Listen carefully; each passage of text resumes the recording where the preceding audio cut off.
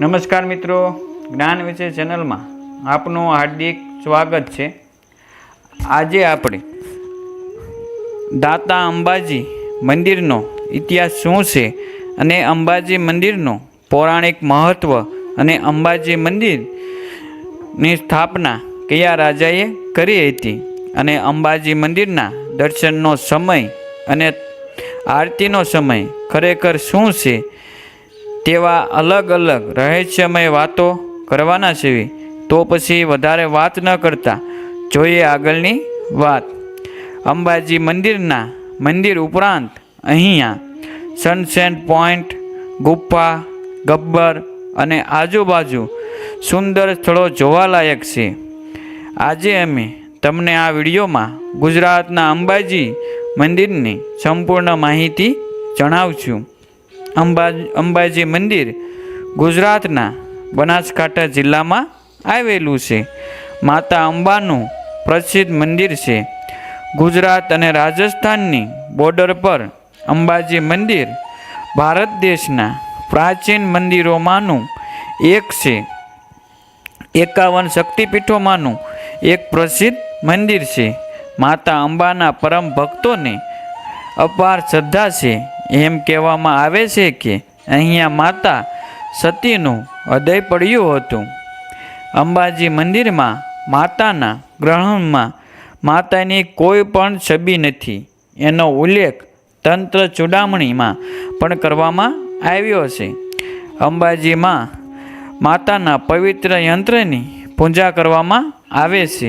ખાસ વાત તો એ છે કે આ સામાન્ય આંખોને દેખાતું નથી અને ન તો તેનો ફોટો લઈ શકાય છે। આંખે પાટા બાંધીને તેની પૂજા કરવામાં આવે છે।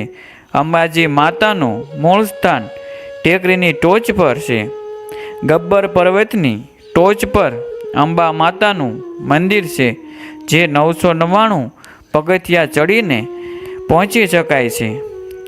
અંબાજી મંદિરમાં એવું માનવામાં આવે છે કે અહીં એક પથ્થર પર માતાના પગના નિશાન બનાવવામાં આવ્યા છે। અંબાજીના દર્શન કરીને ભક્તો ચોક્કસ ગબ્બર પર્વત પર જાય છે।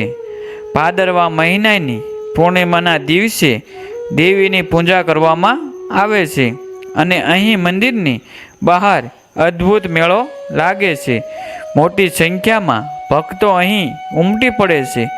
ભાદરવી પૂનમના દિવસે લોકો દૂર દૂરથી પગપાળા આવે છે। આ દિવસે અંબાજી નગરીને દિવાળીની જેમ રોશનીથી શણગારવામાં આવે છે। અંબાજી મંદિરનું ખૂબ જ મહત્ત્વ છે, કેમ કે શક્તિપીઠોમાં અંબા માતાનું સ્થાન છે। અંબાજી મંદિર 1200 વર્ષ જૂનું માનવામાં આવે છે।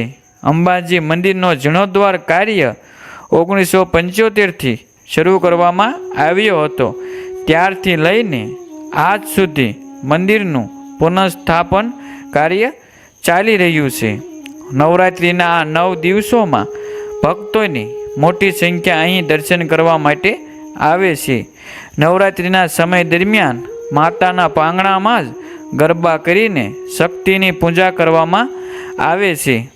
નવરાત્રિમાં અંબાજીમાં ખૂબ જ ભીડ જોવા મળે છે। લોકો દૂર દૂરથી માતાના દર્શન કરવા માટે આવે છે। અંબાજીનું મંદિર હિન્દુ યાત્રાળુઓ માટે ધાર્મિક પ્રવાસનું સ્થળ છે। આ મંદિર પૂર્વ વૈદિક સમયથી પૂજાય છે અને દેવી આસુરોની અંબેમા તરીકે પણ ઓળખવામાં આવે છે, કારણ કે આ મંદિર અરવલ્લી પર્વતની ટોચ પર આવેલું છે। સાથે સાથે એક બીજી વાત પણ જોડાયેલી છે। આ જગ્યા પર ભગવાન શ્રી કૃષ્ણએ મુંડન કરાવ્યું હતું અને ભગવાન શ્રી રામ પણ અહીં શક્તિની પૂજા કરવા આવ્યા હતા અને દંતકથા અનુસાર રામાયણ કાળમાં ભગવાન રામ અને રાવણે સીતાનું અપહરણ કર્યા બાદ સીતાની શોધમાં માઉન્ટ આબુના જંગલમાં પણ આવ્યા। રામે ગબ્બર પર દેવી અંબાજીની પૂજા કરી હતી। તેને અજય નામનું એક બાણ આપ્યું હતું, જેની મદદથી આખરે ભગવાને રામે રાવણનો વધ કર્યો હતો. અંબાજી મંદિરની બીજી કથા અનુસાર મહાભારત કાળમાં પાંડવો હોય તેમના વનવાસ દરમિયાન દેવી અંબાજીની પૂજા કરી હતી. માતાએ ભીમસેનને અજય માર નામની માળા આપી જે યુદ્ધમાં વિજય સુનિશ્ચિત કરશે.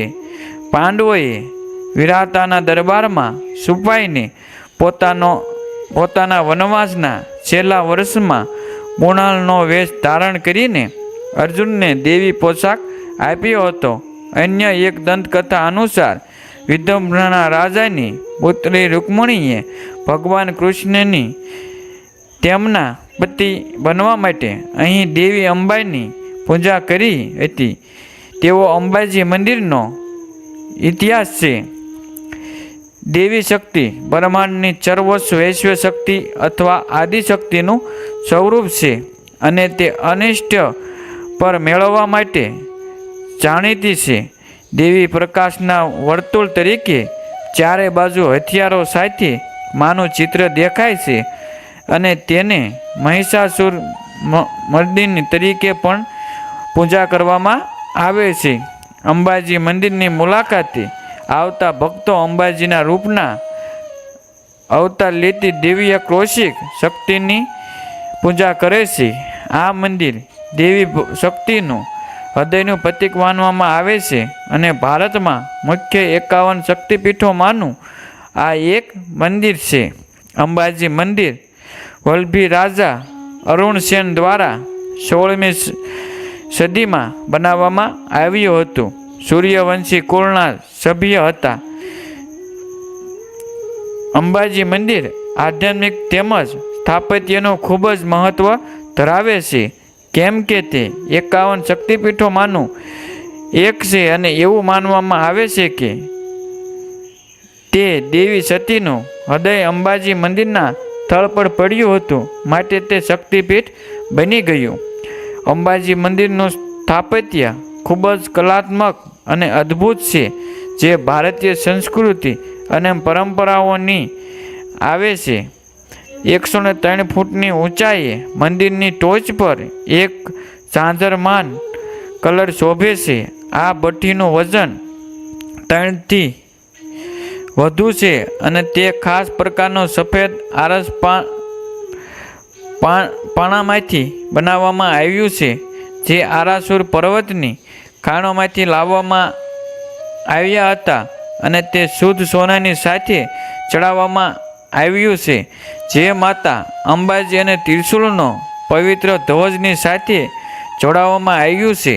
અંબાજીના મુખ્ય મંદિરમાં એક વિશાળ મંડપ અને ગર્ભગૃહમાં માતાના પવિત્ર મંદિર કરતાં નાનું છે. તેની સામે એક વિશાળ શહાર છે જ્યાં સામાન્ય રીતે શહાર ચોકમાં અંબાજીની પૂજા કરવામાં આવે છે. નિજ મંદિર મધ્યમ આકારનું છે અને તેમાં દેવીની કોઈ મૂર્તિ કે ચિત્ર નથી. આરાસુર માતા અંબાજી આંતરિક ગર્ભગૃહની દિવાલોમાં ગોખમાં બેઠેલા છે તેવું માનવામાં આવે છે. અંબાજી મંદિર ટ્રસ્ટ દ્વારા સંચાલિત છે જે છેલ્લા 100 વર્ષથી કાર્યરત છે. પ્રવાસીઓ અને યાત્રીઓ માટે લાઇટ એન્ડ સાઉન્ડ શોની પણ વ્યવસ્થા કરેલી છે.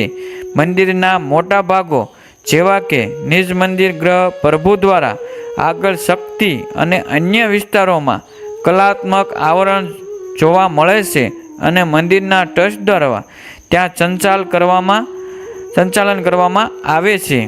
અંબાજી મંદિરના દર્શનનો સમય અને આરતીનો સમય શું છે?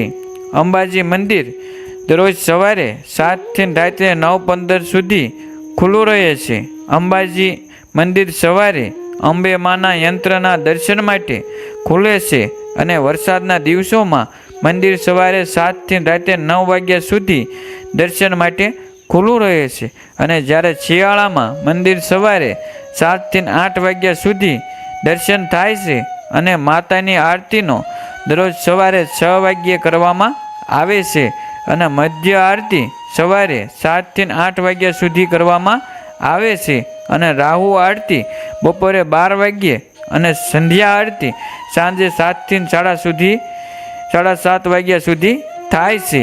અંબાજીનું મોસમ અલગ અલગ ઋતુ પ્રમાણે હોય છે, પરંતુ રાત્રે 10 સેલ્સિયસ સુધી ઘટી જાય છે. ચોમાસાની ઋતુમાં અહીંયા મધ્યથી મુશળધાર વરસાદ પડે છે, તેથી ચોમાસામાં અંબાજીની યાત્રાનું આયોજન કરવું થોડું મુશ્કેલ હોય છે. હવામાન એકદમ ભેજ અને વાતાવરણ સુખમય હોય છે. ચોમાસાની ઋતુમાં અંબાજીની આજુબાજુના સ્થળો ખૂબ જ સુંદર દેખાય છે. ઉનાળામાં અંબાજી જવું હોય તો ત્યાંનું તાપમાન ખૂબ જ વધુ હોય છે. અંબાજીનું તાપમાન ઉનાળામાં 40 ડિગ્રી સુધી પહોંચી જાય છે. અંબાજી મંદિરના પ્રસાદમાં શાકાહારી ભોજન મળે છે. એક ગુજરાતી થાળીમાં રોટી, દાળ ભાત, કઢી, ખીચડી, શાક વગેરે વસ્તુ હોય છે. અહીંયા મંદિરમાં ટ્રસ્ટ દ્વારા જમવાની વ્યવસ્થા કરવામાં આવી છે. ગુજરાતમાં સૌથી ફેમસ ઢોકળા, ખાખરા, ફાફડા, સેવ, ખાંડવી દરેક વસ્તુઓ અહીં મળી રહે છે. અંબાજીનો મેળો ભાદરવાની પૂનમના દિવસે ભરાય છે. ઓક્ટોબર કે સપ્ટેમ્બરની આસપાસ આવે છે. દર વર્ષે વિશ્વભરમાંથી લગભગ 15 લાખ શ્રદ્ધાળુઓ અહીં દર્શન માટે આવે છે. ફક્ત હિન્દુ જ નહીં, પરંતુ જૈન, મુસલમાન વગેરે લોકો મેળામાં જોડાય છે. અંબાજીના મેળામાં ઘણા લોકો ભાગ લે છે. ત્યાં સ્થાનિક દુકાનો, કામચલાઉ સ્ટોર, રમકડા, ચિત્રો, મૂર્તિઓ અને શિલ્પકારો મનોરંજન માટેની વસ્તુઓ ત્યાં મળે છે. આ સિવાય અંબાજીમાં ભવ્ય ઉજવણી કરવામાં આવે છે. ત્યાં ગરબા શ્રદ્ધાળુઓ માતાજીના પરિસરમાં જપ કરે છે. અંબાજીમાં બહુ બધા ભક્તો નવરાત્રિ દરમિયાન દર્શન કરવા માટે આવે છે. હું આશા રાખું છું કે તમને અમારો દાતા અંબાજી મંદિરના ઇતિહાસનો મહત્વનો વિડીયો ખૂબ જ ગમ્યો હશે. અમે આવા વિવિધ વિષયો પર જાણવા જેવું ગુજરાતી જ્ઞાન વિશેના વિડીયોથી પ્રકાશિત કરતા રહીશું. જો તમને ખરેખર કંઈક નવું જ જાણવા મળ્યું હોય અને આ વિડીયો ઉપયોગી બન્યો હોય તો તમારા મિત્રો સાથે શેર કરવાનું ભૂલશો નહીં અને સાથે સાથે અમારી ચેનલને સબસ્ક્રાઈબ કરો અને તમારી એક લાઈક, કોમેન્ટ અને શેર અમને વધુ લખવાની અને તમને અવનવી માહિતી પૂરી પાડવા માટે અમને પ્રેરક બળ આપે છે. ધન્યવાદ.